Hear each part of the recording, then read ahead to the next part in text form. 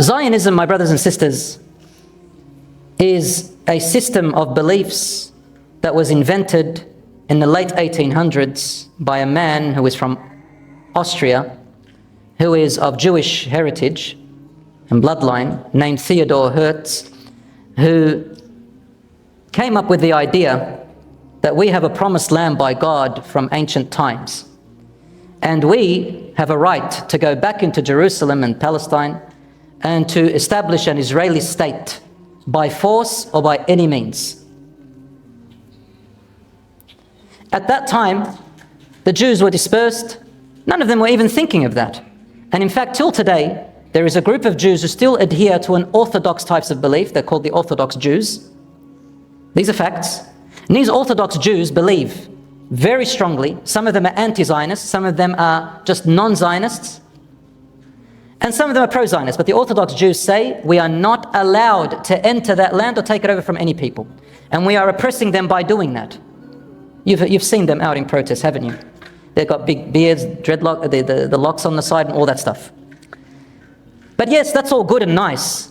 But they're not doing it because they believe that this is oppression in itself. They believe it's oppression because the Torah, in their belief, say that right now you're not allowed to enter it. But you will enter it. And the land is still promised to you, but the way that it will come to you is in a different means. They say, we are waiting for the miraculous Messiah. When he, the miraculous Messiah, comes, he will lead us into it, and we will rebuild the temple and return back to that state. The Israelis, or the Zionists, they believe otherwise. They say we need to go in and take it by force, and we need to establish the Israeli state, and when the Messiah comes, he comes, or whatever happens, happens. And there is another group of Jews who say that, let's say that we were able to enter Jerusalem and enter Palestine, take it, and becomes Israel, and everybody leaves, then how do we re-establish or reconstruct the Temple Mount? That's what they're after. Some of them said we'll build the wall. Some of them said no, we'll wait for the Messiah to come and build it for us. And there's another group who say no, we will build the Temple of Solomon, and they are going to offer deities, and they're going to go to idolatry as it was earlier before in history. Wallahi, this is in their beliefs. Brothers and sisters, there's corruption upon corruption. Anyway, this is some of their beliefs.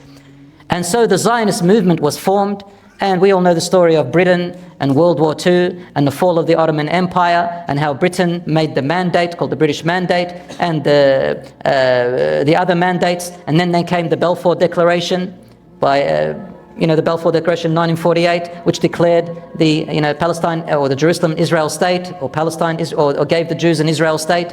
And they tried to do so many deals, and I don't know what. I'm not going to go into all of that because everybody's got a counter argument. So what I'm going to say is this: the land of the Palestinians was taken from them through violence and force and through unfairness. And when the British told the Zionists or the Jews to go back in there, they did not ask the Palestinians what they want. They only asked the Jews what they want. So the people of the land had no say in what they do. And this was written by General Balfour in his little statement to one of his colleagues. We still have it till today, you can look it up, where he said, don't even ask the inhabitants of Palestine what they want. Just go in and do what you want.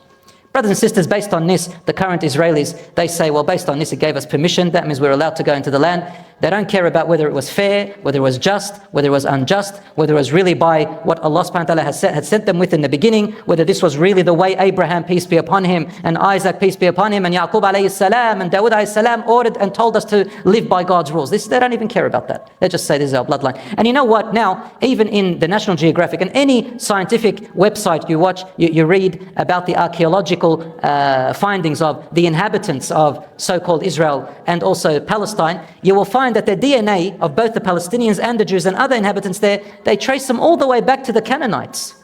Even the Lebanese people, because it was a little bit bigger. Myself, for example, our DNA is traced all the way back to the Phoenicians, for example.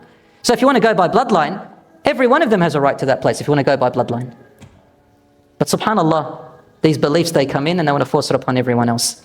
Brothers and sisters, of course, without going into too much politics, I said we're not. Let's talk about the current state of Al-Quds and the Israeli state. I've heard some people, especially some Muslims, they listen to stuff on TikTok and other places of social media, and I've seen this trend of a drum blowing and you hear the word Allahu Akbar, Allahu Akbar, and people, they say, imagine hearing that voice. I would run. You would run. And how are you going to run to it? And how are you going to hear the voice, Aslan? And who are they? And how do you know that Al-Mahdi is attached to the current state of Israel right now in Palestine? And right now people are asking me, is this the sign of the Mahdi? Is the Mahdi come out? Is Dajjal alive? This is where the end of time? Is this the... I want to fix some misconceptions, brothers and sisters. There is nothing in the Quran or the Sunnah, even in the weak hadiths, that make a connection between now the current state of Palestine and Israel and the Mahdi currently. Later on there is. And this is what I want to, inshallah, give you hope about. First of all, the ayat in the Quran, in Surah Al-Isra, Allah subhanahu wa ta'ala says, وَالْعَاقِبَةُ لِلْمُتَّقِينَ. Those who are God-fearing will have the end. Right now, this is the process. The end is coming, inshallah. And the end will be for the believers. Now, Allah subhanahu wa ta'ala, or He told His Prophet sallallahu alaihi wasallam, many things that will come in the future. These are all in hadiths, authentic hadiths, some of them Bukhari and Muslim, and some of them in Abu Dawud, Tirmidhi and other hadiths. When it talks about Al-Mahdi, Al-Mahdi means the guided one. Al-Mahdiyu, Rasul sallallahu alaihi wasallam says many hadiths about him in books other than Bukhari and Muslim. Although Bukhari and Muslim, they make reference to him when Isa alayhi salam comes by saying that Jesus Christ, Isa alayhi salam, will come to the land in Damascus, to the mosque with the white minaret, and he will see their Amir. The Amir means Amir al-Mu'mineen, the leader of the believers. So inshallah it's a khilafah. And the Amir will step back to say, it's a time of salat, will say to the Isa alayhi salam, come and pray Imam. And Isa alayhi salam will say, no, this ummah has its own blessings and its own leaders above one another. So you are blessed, you are the Imam. Even Isa alayhi salam respects the ummah of Prophet Muhammad sallallahu alaihi wasallam, and he lives by the Sharia and the law of Muhammad sallallahu alaihi wasallam. This is the only reference in Sahih Muslim and Bukhari which makes to Amir al-Mu'mineen. The scholars said he is al-Mahdi at that time. But if you look at the other hadith, they are called mutawatir, which means many different narrations, one upon the other from different angles, which makes it collectively authentic, because there's so much about it. Some of them are weak. Al-Mahdi, my dear brothers and sisters, will come out inshallah. We don't know if he has come out yet, or he is yet to come out. Only Allah subhanahu wa ta'ala knows. But it will not come out at the fall of Palestine or the fall of, Israel or whatever. So there's no connection really. Sorry to say that to you.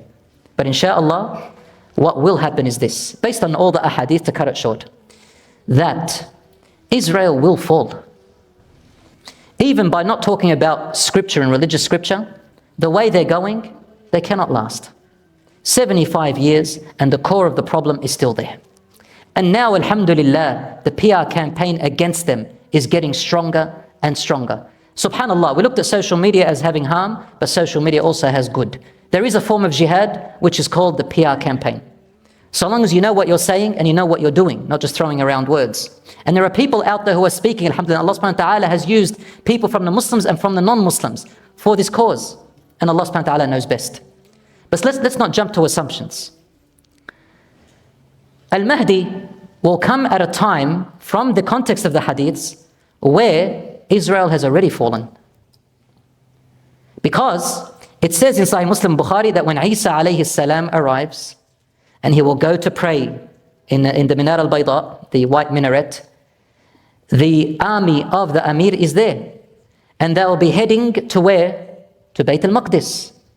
When Isa alayhi salam enters Bayt al-Maqdis, the Mahdi and army are already there. And who is there at the same time on earth? The Dajjal. The Dajjal is what the Christians call the Antichrist. We call him the Dajjal, the one-eyed, the liar, the false Messiah. His story is long. But the Dajjal will be there, and Isa alayhi salam will come, and his mission will be to kill the Dajjal. The hadith, which is in Abu Dawud, Tirmidhi and others, says that the Dajjal will come from a place towards Al-Aqsa to fight the army of Al-Mahdi, the Muslims yani. And we are already in Al-Aqsa way before. And with him there will be 70,000 Jews whose lineage is from Asbahan or Esfahan, which is now called in Iran. And even right now there are Jews who live there, but they are peaceful Jews and they don't agree with all this Zionist stuff.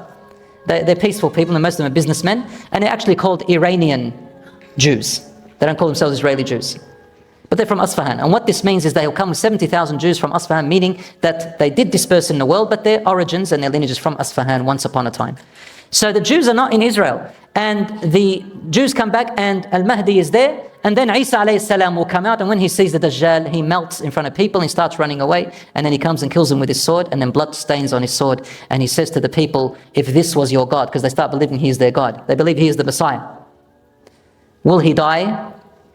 And that's when a large group of Christians themselves, they return back to truth. A large group of those who became Christians and Catholic and Orthodox, they do see the truth. And they follow Isa alayhi salam. And a number, Allahu A'lam, some scholars said, and a number of Jews as well. Allahu A'lam. Allah knows best.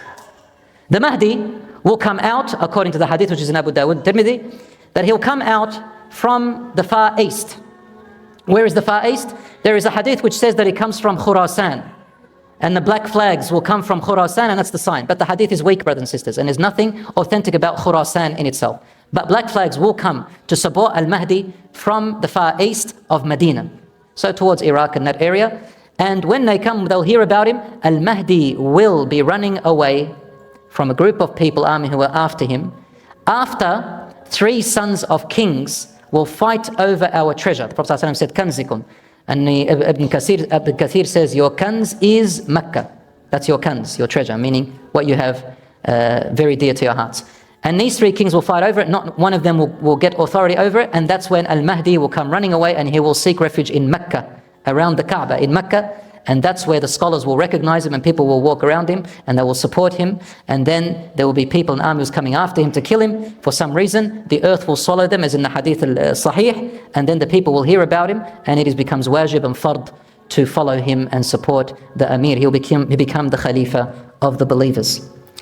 That's basically what we have. Everything else, brothers and sisters, we cannot say.